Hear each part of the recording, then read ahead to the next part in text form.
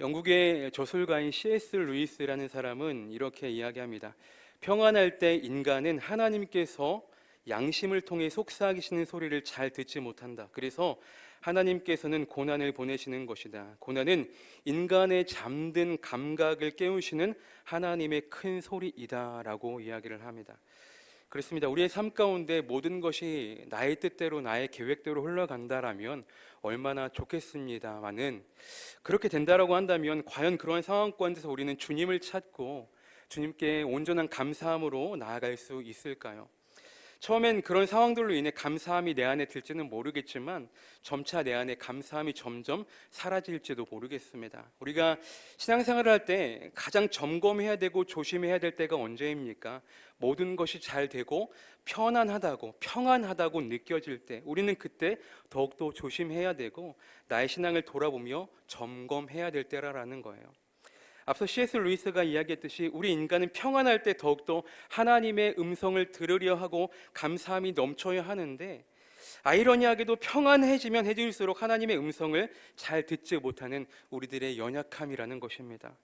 우리의 아버지 되시는 하나님께서는 우리를 구원하시기 위해 하나뿐인 독생자 예수 그리스도를 이 땅 가운데 보내시기까지 우리를 너무나 사랑하셨는데, 우리는 조금의 환난과 고난과 아픔과 어려움이 닥쳐오기만 하면 금세 주님을 원망하거나 아니면 주님을 잊어버리고 멀리하는 우리들의 모습은 아닌지요. 이것처럼 신앙생활을 하면서 우리가 힘들고 지칠 때 가장 우선적으로 찾는 것이 하나님이 아니라 외부적인 요소들을 많이 찾게 되는 모습이라는 것이죠. 하나님이 아닌 다른 것에서부터 위로를 받으려고 한다라는 거예요. 왜죠? 마음 가운데 하나님의 샬롬이 없기 때문이에요. 평강이 없기 때문이에요. 진정한 평안이 내 안에 존재하지 않기 때문에 하나님으로 인한 평화가 없으면 내 마음이 불안해져요. 하나님으로 인한 평안이 없으니까 불안해지는 거예요. 그러니까 하나님이 아닌 하나님을 대체할 수 있을 만한, 내 마음을 위로해 줄 수 있을 것 같은, 평안하게 해줄 수 있을 것만 같은 그 무언가를 자꾸 내 스스로 만들어내기 바빠요. 그게 뭐예요? 바로 우상숭배라는 거예요. 대표적으로 아론의 금송아지 사건이 그러하죠. 시내산에 올라가는 모세가 오랫동안 내려오지 않자 이스라엘 백성들 마음 가운데 불안함이 넘쳐납니다. 걱정이 넘쳐납니다. 그 말은 하나님의 평안이 사라졌다라는 거예요. 하나님이 평안이 없는 그들에게 인내가 존재할까요? 결국 인내하지 못하고 하나님을 대체할 만한 신을 만들어내기 급급합니다. 결국 아론을 압박하여서 금송아지를 만들어냈죠. 우리가 신앙생활을 하면서 힘든 순간들이 왜 없겠습니까? 하지만 그럴 때 우리는 하나님이 아니라 외부적인 요소를 많이 찾게 되는 모습이라는 거죠. 왜요? 하나님의 임재를 느끼는 것이 아니라 하나님의 부재를 느끼기 때문이에요. 월요일 새벽에도 우리가 성령의 9가지 열매들에 대해서 말씀을 나누었지만, 우리 안에 하나님의 부재를 느낀다라면 그것은 우리의 영이 무감각한 상태일 가능성이 가장 크다라는 거예요. 그래서 이러한 일들 때문에 많은 크리스천들이 궁금한 이유 중에 하나가 뭐냐면, 왜 그리스도인들은 고난을 당해야 하는가? 하나님 우리 사랑하신다고 했는데 왜 하나님이 사랑하는 자녀들에게 왜 고난 주시는 것이지? 이러한 궁금증이 있을 수도 있다라는 거예요. 그렇기 때문에 오늘 말씀은 우리의 삶 가운데 크고 작은 어려움들이, 이 고난과 환난을 왜 우리가 당해야 하는가에 대한 이유와 답변들을 제시해주고 있는 것입니다. 하나님께서는 우리를 구원하실 때 분명한 목적이 있으셨는데 그 목적 중에 하나는 무엇이냐? 바로 하나님의 형상을 닮아가는 것이었어요. 그렇습니다. 우리는 주님께서 지으신 주님의 형상을 닮은 주님의 자녀들입니다. 하나님께서 우리를 너무나 사랑하셔서 때로는 고난과 징계도 우리에게 주십니다. 그렇기 때문에 하나님께서 주시는 고난은 우리를 그만큼 연단하고 우리를 성장하게 하시는 도구일 것입니다. 그걸 알고 깨닫는 자는 고난 중에서도 능히 이김을 주시는 주님의 은혜들을 발견할 수가 있다라는 것입니다. 그렇다면 과연 우리들은 고난을 통해 어떠한 유익들을 얻을 수 있을까요? 3가지로 살펴보길 원합니다. 첫 번째, 우리들은 고난을 통해 하나님의 위로를 체험할 수 있다라는 것입니다. 사랑하는 여러분, 우리 인간은요, 이 세상 그 어디에서도 우리에게 오는 인생의 풍파 같은 고난과 시련으로부터 예외일 수는 없어요. 이 세상 그 누구도 모든 고난과 환난을 벗어나거나 벗겨가거나 면제받을 사람 단 한 사람도 없다라는 거예요. 이것은 하나님의 자녀인 그리스도인들에게도 마찬가지입니다. 그렇기 때문에 오늘 본문 말씀에 사도 바울은 하나님을 그리스도의 하나님, 자비의 하나님, 위로의 하나님으로 소개하고 있습니다. 자, 우리 본문 3절과 4절을 함께 읽어볼까요? 3절 4절입니다. 시작. 찬송하리로다. 그는 우리 주 예수 그리스도의 하나님이시요 자비의 아버지시요 모든 위로의 하나님이시며 우리의 모든 환난 중에서 우리를 위로하사 우리로 하여금 하나님께 받는 위로로서 모든 환난 중에 있는 자들을 능히 위로하게 하시는 이시로다. 아멘. 본문 3절과 4절의 말씀 중에 이 위로라는 단어가 무려 4번이나 들어갑니다. 위로의 하나님, 우리를 위로하시는 하나님, 우리를 고난을 통해서 하나님의 위로를 우리들은 체험할 수 있다는 것이죠. 위로라는 말의 사전적인 뜻은 무엇이냐면 따뜻한 말이나 행동으로 슬픔을 달래준다, 어루만져준다 라는 사전적인 의미가 있어요. 이처럼 인간은 힘든 일을 당하면 당연히 위로받고 싶어 합니다. 왜 아니겠습니까? 하지만 사람에게 받을 수 있는 위로는 매우 한정적이고 한계가 있다는 거예요. 하지만 하나님의 위로는 그 차원을 넘어 우리를 아픔이나 고통을 능히 견디게 하시고 더 나아가서는 나의 고통을 치료해 주시며 평안함을 누리게 해주신다는 사실입니다. 이러한 고난 가운데 하나님을 체험하는 것은 위로의 하나님이 우리를 그냥 지나치시지 않으시고 우리 가운데 오셔서 사랑과 평안으로 우리를 위로하여 주시고 우리는 그 위로의 하나님을 체험할 수 있다는 거예요. 이것이 바로 고난을 통해 우리가 얻을 수 있는 가장 큰 영적인 유익이라는 것입니다. 그렇기 때문에 하나님의 위로를 받은 자들은 환난과 고난을 능히 이기고 힘을 얻어 구원에 이르게 된다라고 말하고 있는 거예요.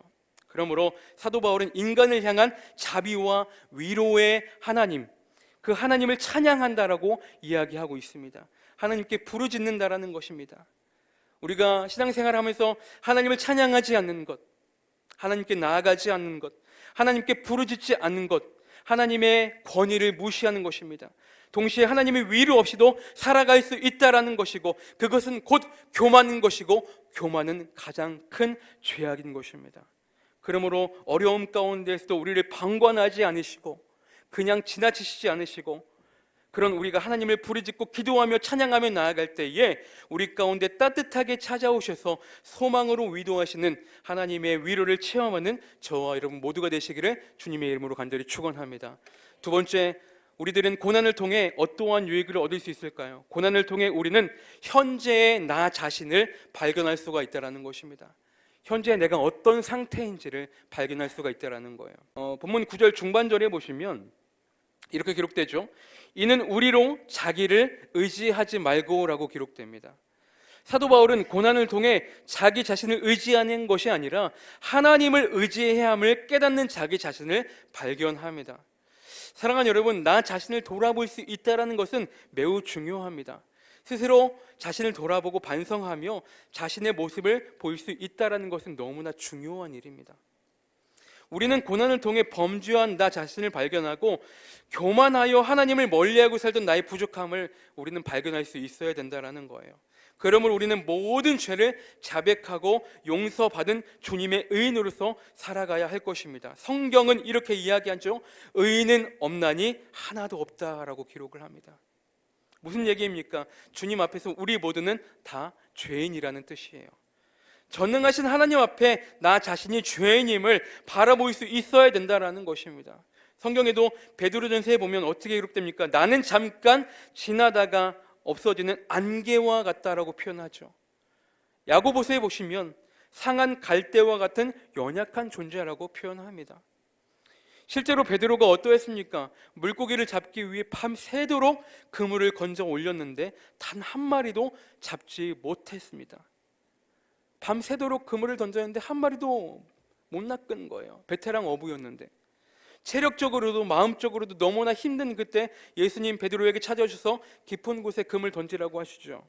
그리고 주님 말씀 의지하여 순종했을 때 어마어마한 물고기를 잡아 건져 올립니다. 그러나 그 직후 베드로는 예수님께 뭐라고 고백합니까? 주님, 나를 떠나소서, 나는 죄인으로소이다 라고 고백한다고요. 순종은 했지만 그 안에 진정한 믿음이 없었음을 베드로는 주님 앞에 솔직하게 고백한 거예요. 그리고 예수님은 그런 베드로에게 뭐라고 하십니까? 무서워하지 말라, 이제 후로는 네가 사람을 취하리라 라고 말씀하십니다. 사랑하는 여러분, 나의 약함을 알고 주님의 크심을 볼 때 우리는 비로소 하나님의 뜻을 깨닫게 될 수 있는 것입니다. 찬양에도 보시면 우리가 아까도 함께 찬양했지만 약할 때 강함 되시네 라고 우리가 고백했잖아요. 고린도후서를 통해 바울은 약한 자에게 나타내는 성령의 능력을 사도직의 영원한 표징으로 제시하고 있는 거예요. 이것은 우리 그리스도인의 삶에도 동일하게 여러분 적용이 되는 것입니다. 이런 고린도후서의 전체적인 큰 주제를 살펴보면 결국 무엇이냐? 결국 내가 약할 그때가 가장 강함이라는 거예요. 내가 약할 그때가 주님께서 나의 강함이 되어주시는 그때라는 거예요. 결국 고난을 통해서 교만한 자신을 낮추게 하시는 것입니다.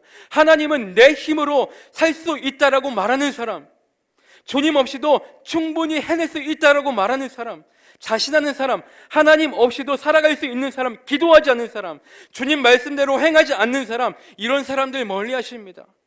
그런 사람들에게는 하나님 침묵하는 거예요. 하나님의 임재가 아닌 하나님의 부재의 대상들이라는 거예요. 이것들을 한 단어로 묶으면 결국 교만인 것이고, 교만은 가장 큰 죄악이라는 것입니다. 사랑하는 여러분, 자기 자신을 부인하고 크신 하나님을 바라볼 수 있는 저와 여러분 되시기를 소망합니다. 지금 고난 가운데 있습니까? 어려움 가운데 있습니까? 고통 가운데 있습니까? 먼저 죄인된 나를 바라보십시오. 교만한 나를 바라보십시오. 내가 그럴 수 있을 때 나를 위해 피 흘려 돌아가신 예수 그리스도를 발견할 수 있을 것입니다. 나의 약함을 통해 강함으로 일하시는 하나님을 체험하게 될 것입니다. 주님을 통해 나 자신을 온전히 바라볼 수 있는 크신 은혜가 여러분들의 삶 가운데 넘쳐나기를 주님의 이름으로 소망합니다. 마지막으로 우리들은 고난을 통해 어떠한 유익을 얻을 수 있을까? 세 번째는 고난을 통해 하나님만 의지하고 바라볼 수 있게 된다라는 것입니다.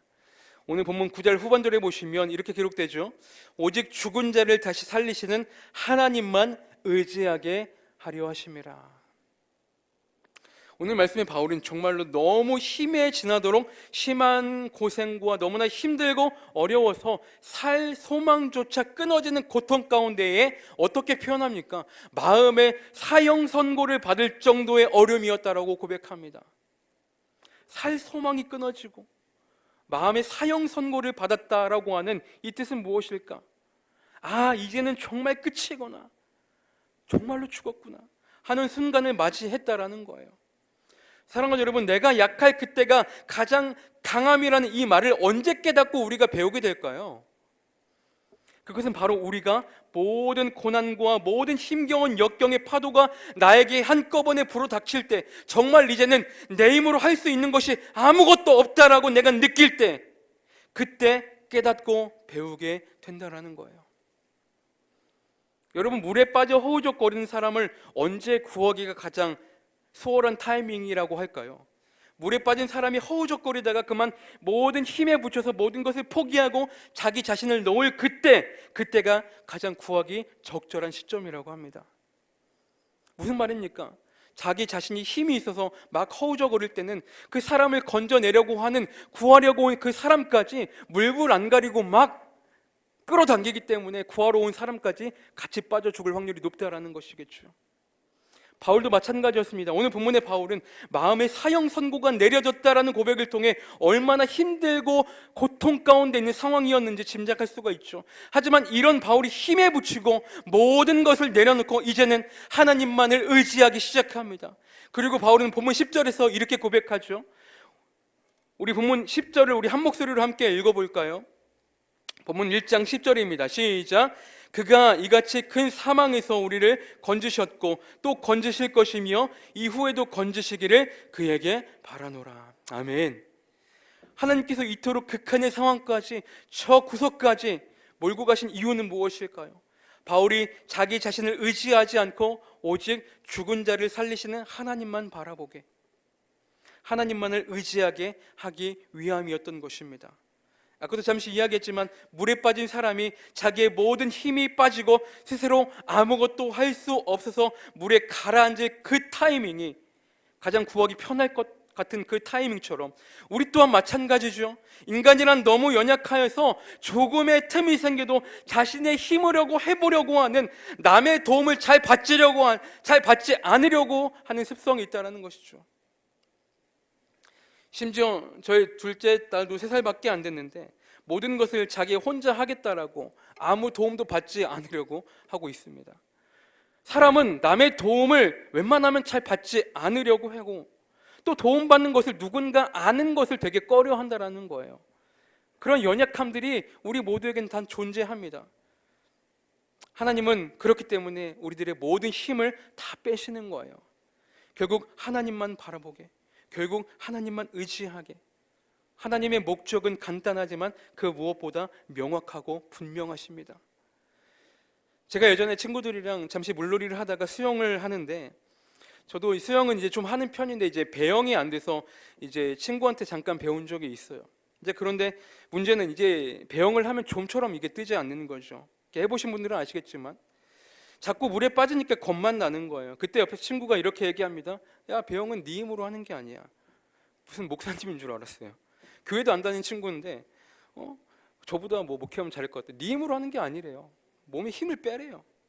그래서 몸에 힘을 빼고 물에 몸을 맡기라는 거예요. 그래서 참 겁이 났지만, 이게 참 말처럼 안 됐지만 그럼에도 불구하고 한번 물 먹을 각오로 그냥 뒤로 한번 누워봤습니다. 모든 힘을 다 빼고요. 그런데 정말로 신기하게 몸이 금방 그새 뜨는 거예요. 신기하더라고요. 그 친구의 말이 맞았던 거죠. 네 힘으로 하는 게 아니야. 그 순간 그 친구가 한 말이 그렇게 위대해 보이더라고요. 사랑하는 성도 여러분, 신앙도 마찬가지죠. 신앙 절대로 내 힘으로 하는 게 아닙니다. 제가 물에 몸을 맡겼듯이 우리의 모든 것을 하나님 앞에 맡기는 것이 거룩한 행위가 바로 신앙인 줄 믿으시길 바랍니다. 우리의 모든 것을 주님 앞에 맡기는 그 거룩한 행위가 있어야 되는 거예요. 우리가 고난 가운데서 내 힘으로 이기려고 하면 할수록, 내 힘으로 해보려고 하면 할수록 자꾸 수렁에 빠지는 것처럼, 우리가 어려움 가운데서 내 힘으로 하는 것이 아니라 우리의 모든 것들을 하나님께 맡기는 우리들의 모습들이 되시기를 주님의 이름으로 축원합니다. 결국 고난을 통해 하나님을 의지하는 우리의 자세가 반드시 필요하다라는 것이죠. 그럴 때 우리는 비로소 하나님의 임재를 경험할 수 있다라는 거예요. 내 힘으로 하려고 하면 할수록 우리는 하나님의 부재를 경험할 것이고, 반대로 나를 버리고 하나님만 바라볼 때 우리는 하나님의 임재를 경험한다라는 거예요. 한 끗 차이죠. 하나님의 임재와 부재는 한 끗 차이인 거예요. 내가 어떻게 하느냐에 따라서 하나님의 임재와 부재가 갈린다라는 것이죠.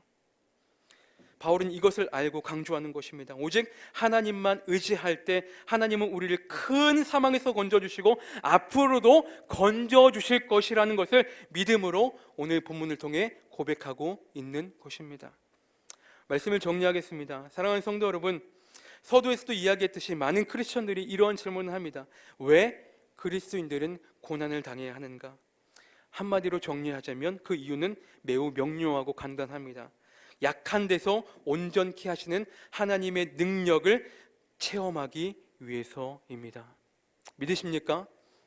우리의 삶이 모두가 어렵고 힘들고 고난 가운데 있는 이 어려운 시기 가운데에 우리 그리스도인들이 고난 가운데서도 힘을 주시고 위로를 주시는 주님을 체험하는 우리 모두가 되기를 소망합니다. 하지만 그것에 그치는 것이 아니라 우리가 주님의 위로를 얻어 우리의 삶 속에서 나처럼 어렵고 힘들어하는 사람들에게 주님의 따뜻한 위로와 사랑을 전할 수 있는 우리 모두가 되기를 소망합니다. 우리가 주일 말씀을 통해서 담임 목사님에게 말씀을 들었지만, 주일은 위로는 하나님을 예배하는 것이고 아래로는 우리에게 붙여주신 하나님의 사랑, 이웃 사랑, 더 나아가서 우리의 가족들, 친척들까지도 우리가 사랑으로 품고 챙기고 그들에게 나아가야 함을 우리들은 잊어서는 안 될 것입니다. 고난을 경험해 본 자만이 고난을 당하고 있는 사람의 마음을 공감하고 알아줄 수 있는 것입니다. 또한 하나님의 위로를 받고 체험해 본 자만이 하나님의 사랑을 전달할 수 있는 것 아니겠습니까? 우리 모두가 이 어렵고 힘든 상황 가운데에 하나님의 위로를 들고 빛을 들고 차가운 세상 가운데에 하나님의 따뜻한 사랑으로 덮어줄 수 있는 귀한 사명 잘 감당할 수 있는 우리 신월중복교회 모든 성도님들이 되시기를 주님의 이름으로 간절히 축원합니다. 우리가 이 일을 위하여서 10월 달에 하나님 사랑 이후 초청 잔치를 준비하고 있죠. 마음속에 태신자를 작정하고 꼭 새신자가 아니더라도 믿지 않고 있는 가족들, 친척들에게 주님의 사랑을 우리가 전할 수 있는, 나는 비록 약하고 믿음이 없어 보일 수 있지만 주님께 주시는 그 담대한 마음 붙잡고 겨자씨만한 믿음, 그 믿음 가지고 우리가 하나님의 사랑을 전할 때에 내가 생각지도 못했던 하나님의 크신 능력이 우리 가운데 나타나 우리에게 붙여주신 모든 사람들을 전도할 수 있는 힘을 우리 가운데 허락하여 주실 것입니다. 우리가 그 하나님을 날마다 의지하여 약한 데서 강함이 되어주는 하나님을 날마다 경험하실 수 있는, 또 그러한 삶을 통해 매일매일 간증의 삶이 넘쳐나실 수 있는 저와 여러분들의 삶이 되시기를 주님의 이름으로 간절히 축원합니다.